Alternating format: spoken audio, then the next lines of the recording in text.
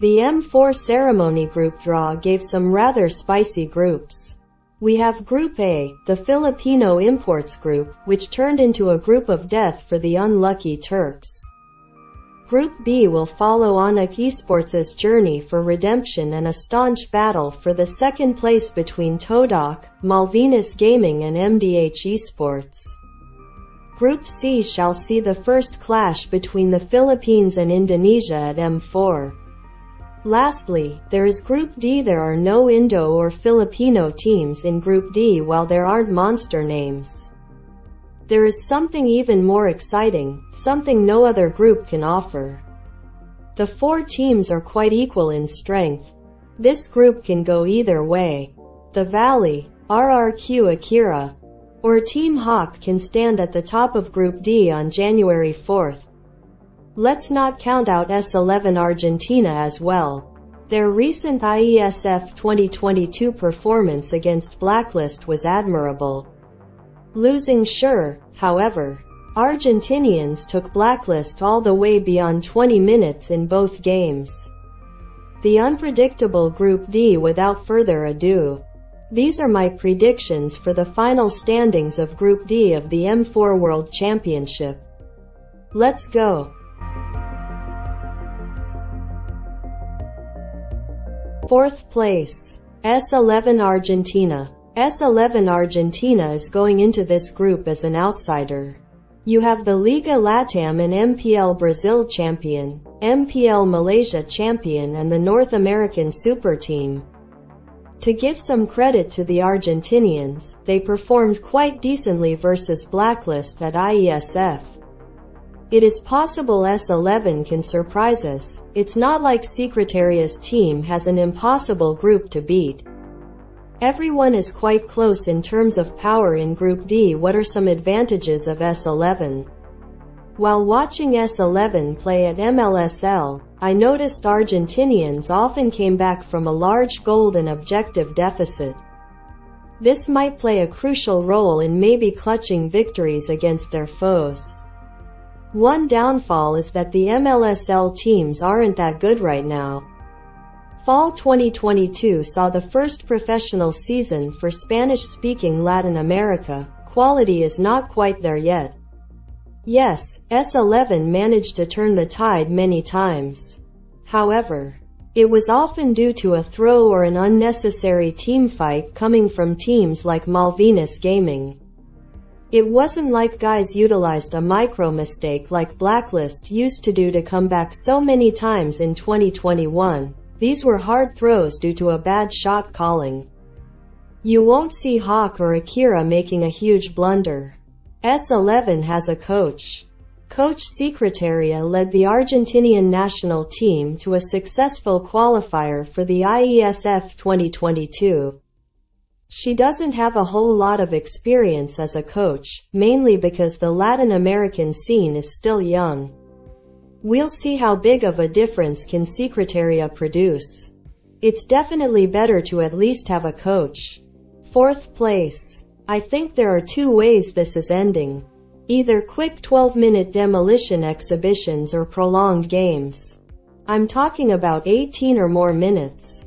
Maybe S11 will secure a win. It is possible. I say they'll come close at least in 1 game.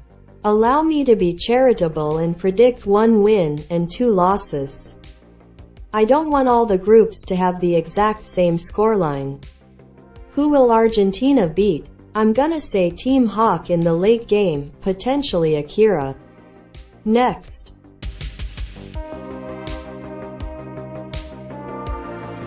Third place.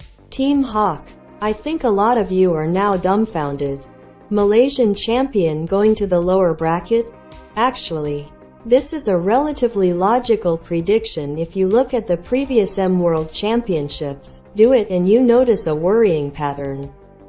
Every Malaysian or Malaysian Singapore champion severely underperformed from M1 and M2 when it was still MPL Malaysia Singapore to M3.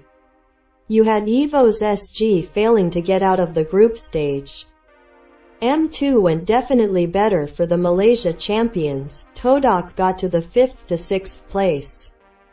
Keep in mind though, that was during COVID and also, M2 only featured 12 teams.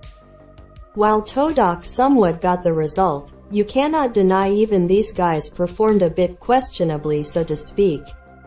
Specifically against the Brazilian Dream Max Esports. Todak had to reverse sweep Brazilians, and yes, it is Todak, and sometimes these types of results happen to them. In the end, they pulled through. However, losing to Brazil back at M2 was questionable. Even for Todak. I mean, it's Todak. Todak always performs when it's their country's pride at stake. M3 came and a new champion stepped forth, Team SMG. With a former RRQ coach James and former Onic Esports gold laner, Sasa, Team SMG looked like a hot dark horse. I predicted them to actually secure an upset win against RRQ. And the dark horse flopped like crazy, even losing to RSGSG. A disastrous group performance. Team SMG got kicked to the lower bracket with Onic Esports of all teams to go against. SMG swept, ending early, leaving Todak to once again carry Malaysia at the M World Series. I may be looking too much into this. We are talking about the former Orange Esports lineup that participated at MSC 2022. Boys have an international experience. Someone like them shouldn't be caught with their pants down. We might see Team HAQ with 3 wins on January 4th, or maybe we might see them in the lower bracket. That's the beautiful thing about the best of one format. Surprises can and will happen. Even if I'm wrong with my predictions, I don't mind. I want to see teams and their players surprise me. Exciting upsets and great stories, that is what makes the World Championship so thrilling to watch. Great stories, it was Todak in M1, Burmese Ghouls in M2, and Bloodthirsty Kings in M3. Every M World Championship so far had that one team that achieved something special. Let's hope M4 keeps with the tradition. 3rd place. I believe HAQ won't break the curse, and once again a Malaysian champion is going to flop. Coach Pabizi's team will fall to S11 and RRQ Akira, however, in their last match on January 4th. The Valley is likely already gonna have an upper bracket spot secured, therefore I assume the guys shall focus on trying out stuff or trolling a bit. HAQ utilizes it and secures a victory. 1 win, 2 losses. 2nd place, RRQ Akira. RRQ Akira is starting playoffs from the upper bracket, mark my words. Having this massive organization as your sponsor is a literal golden ticket. I'd celebrate it with a bar of chocolate. I doubt anyone is getting this reference. Anyways, Akira arrived almost a month and a half earlier at the RRQ bootcamp in Indonesia to train with their Hoshi counterparts. It is important to drill yourself as much as possible before the big showdown at the M4 stage. The practice at sea plays a big difference in the event. It might be the deciding factor in a close game whether you're out or still in for the $300,000 prize. I'll tell you one thing, RRQ Hoshi is drilling the hell out of Akira. By January, these guys will have what it takes to take down regions like Malaysia and maybe even stronger teams. Akira has an experienced coach who played at the M World Series as well as some former members from Keyed Stars. The Latin America pro scene in 2022 was a one-team show. An opportunity like that might never come again for Brazil to show what they're made of. Akira seems to be at its absolute peak right now. How good is their peak though? That is for us to find out if nothing comes out of this. Guys still might bring some news fans to the MPL Brazil. I believe Akira can go further than any Brazilian team before. 2nd place. Akira will strike down S11 Argentina and Team HAQ, losing only to the Valley.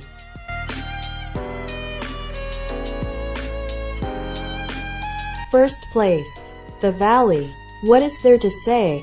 American Super Team. Knowing how super teams usually end up doing, this can go two ways, either they fly or they burn. In terms of raw talent, Americans have plenty, probably enough to win the whole thing. In terms of experience, you have Zane, Chicken and Shark who traveled all across sea in 2022. The Valley arrived in Jakarta in early December, meaning guys will have around the same time to prepare as in M3 with the COVID restriction. One issue that can hinder Valley's journey is the players' discipline and ego. Americans like to troll when ahead in their series. You could see it on full display at the M4 qualifiers. It is disrespectful behavior. You shouldn't be troll picking against your opponent in a competition like this. You want MPL North America, tournaments, and attention from Muntun. Yet you present yourself as an unprofessional trolls? Nice G, allow me to remind you. Zane, Chicken, Shark and Basic already were at the M World Series grand stage. There are exactly 0 reasons why they can't behave respectfully. Or at least raise your articulation level for God's sake. There is a difference between sounding confident and cocky. You can taunt your opponents, and you can spam recall them.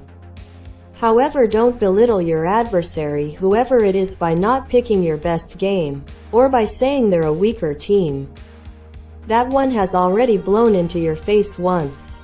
On a more positive note, the Valley possesses both quality and talent, as I said earlier. I noticed there are people still concerned about their capabilities. M3 and the BTK vs SIBOL match should have already ridden you of your fears. The Valley didn't go all out at the qualifiers.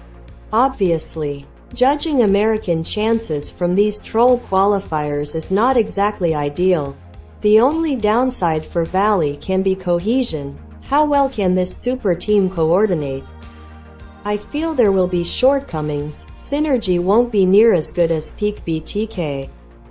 By peak BTK I mean the lineup of Zane, Carty, Chicken, Shark and Hui.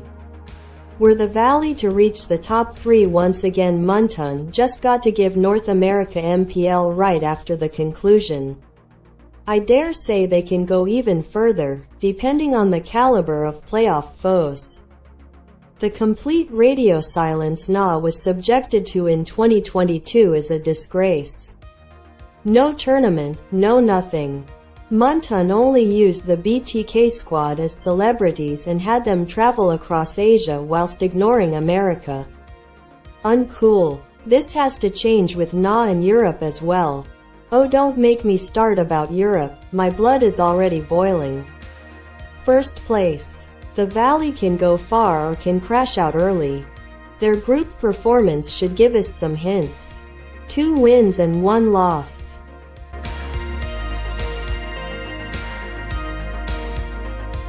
How do the final standings look? S11 Argentina ends up 4th. Team HAQ misses out on the lower bracket with only 1 victory. Second is RRQ Akira with 2 wins. 1 Stone is the Valley, also 2 wins. I admit I forgot how exactly the group stages decide when 2 or more teams have the same amount of points. Maybe my HAQ vs S11 prediction cannot even happen. We all make mistakes sometimes. Maybe I misunderstood the M4 rules.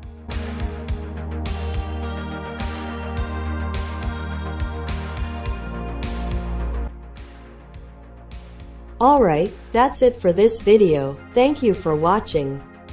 I hope you enjoyed my predictions. How do you think Group D is going to end up looking?